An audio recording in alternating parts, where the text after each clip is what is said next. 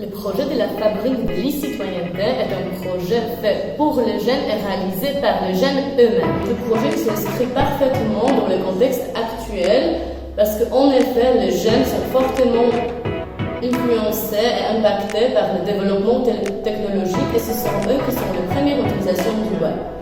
Ça a beaucoup d'effets positifs, bien évidemment, mais malheureusement, nous avons pu constater que l'utilisation du numérique a aussi ses effets négatifs.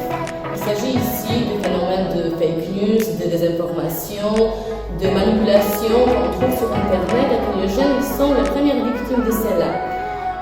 C'est suite à ces problématiques-là que le problème de radicalisation aussi s'est émergé.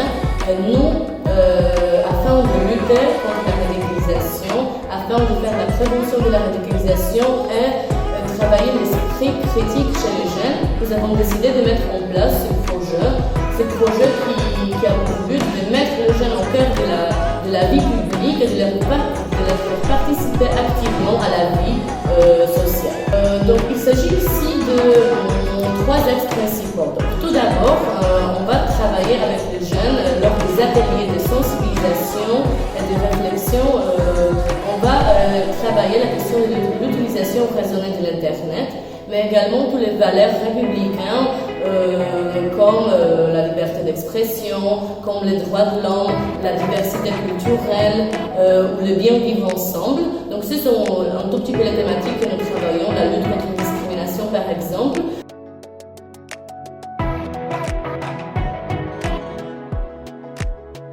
Et dans le premier axe, les jeunes vont réfléchir via les méthodes d'éducation non formelle, donc le jeu de rôle, les simulations, les différentes activités extérieures également. On va travailler leur esprit critique sur toutes ces questions-là.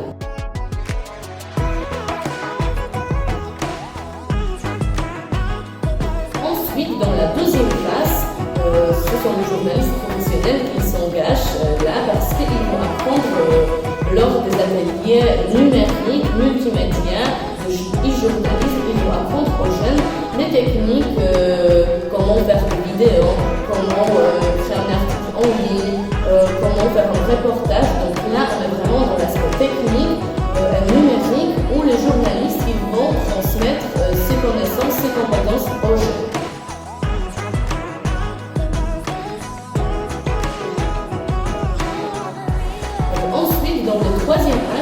Dans la troisième phase du projet, il s'agit de l'accompagnement des jeunes webtrotters. Donc les jeunes, ils ont pu assister à l'atelier de sensibilisation et de réflexion, et ensuite aux ateliers multimédia de l'e-journalisme. Ils vont mettre en place toutes les compétences civiques, sociales, interculturelles qu'ils ont pu accueillir avant. Ils vont les mettre en place en faisant les webtrotters. Donc les webtrotters, ce sont des jeunes qui vont partir dans les rues de Strasbourg afin de faire des micro-trottoirs, afin d'interroger les Strasbourgeois sur les thématiques qui nous concernent, donc la lutte contre la discrimination par exemple. Et ensuite, ils font le montage de ces vidéos. Il s'agit également dans ce troisième axe de valoriser les initiatives qui se déroulent dans différents quartiers prioritaires de la politique de la ville. Parce que malheureusement, l'image de ces quartiers est toujours très négative, mais c'est pas toujours la réalité. Parce que ces jeunes, quand ils vont réaliser leur webtrotter, c'est eux qui nous montrent l'image positive de ces quartiers. Ils vont faire des reportages sur le fait des quartiers, par exemple à Haute-Pierre, à La Bénan, à Neuron, pour valoriser toutes les initiatives qui sont mises en place dans ces quartiers et donner une image positive.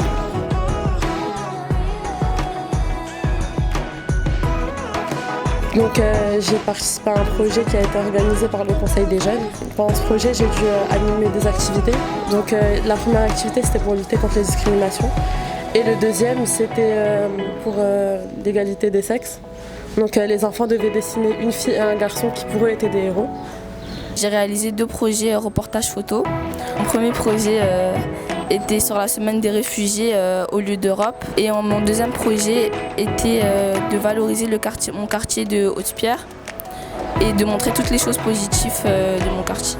Je suis du quartier Montalivert, j'ai 18 ans et je suis un web-trotteur de l'ANSED. Mon premier projet, ça a consisté à interviewer les Strasbourgeois sur la question de l'économie circulaire. Après, on a monté une vidéo sur celui-ci. Et mon deuxième projet, c'était de participer à un tournoi de pétanque. Et après, on a fait des vidéos et des photos aussi. Après, on a monté une vidéo sur ce tournoi. J'ai participé au projet de la fabrique de citoyenneté culturelle en 2016, ça veut dire quand j'avais 20 ans à l'époque. J'étais avec une équipe de 4 personnes. On a fait plusieurs témoignages, on a fait plusieurs jeunes. On a interviewé des jeunes rappeurs, des jeunes de quartier qui étaient bourrés de talent. Après, le projet s'est plus en plus élargi. Je me rappelle en 2017, on a pu quand même faire réaliser une vidéo avec le Conseil européen des jeunes, avec le mouvement No Hate Speech.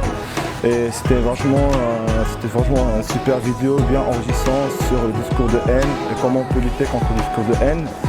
Et ça m'a aidé personnellement à bien se développer dans ma vie personnelle et professionnelle. Par exemple, aujourd'hui, je fais animateur à la radio et c'est grâce à ce genre de projet qui m'a aidé à plus me développer et à savoir plus sur la technologie aujourd'hui et à s'intégrer plus dans le e-web. Je sais qu'il y en a plusieurs qui sont développés par rapport à ça. Et c'est aussi vraiment pour pousser tout le monde à contribuer dans la société et à ramener un plus-value, soit pour leur quartier ou même pour la ville de Strasbourg, parce qu'on est tous strasbourgeois ici. Et du coup, voilà, c'est ça l'idée de la fabrique de citoyenneté. Donc voilà en gros le projet de la fabrique de l'e-citoyenneté qui a pour but donc, de faire participer les jeunes à la vie publique, de les faire des citoyens actifs et ainsi de prévenir la radicalisation et travailler le développement de l'esprit critique chez les jeunes.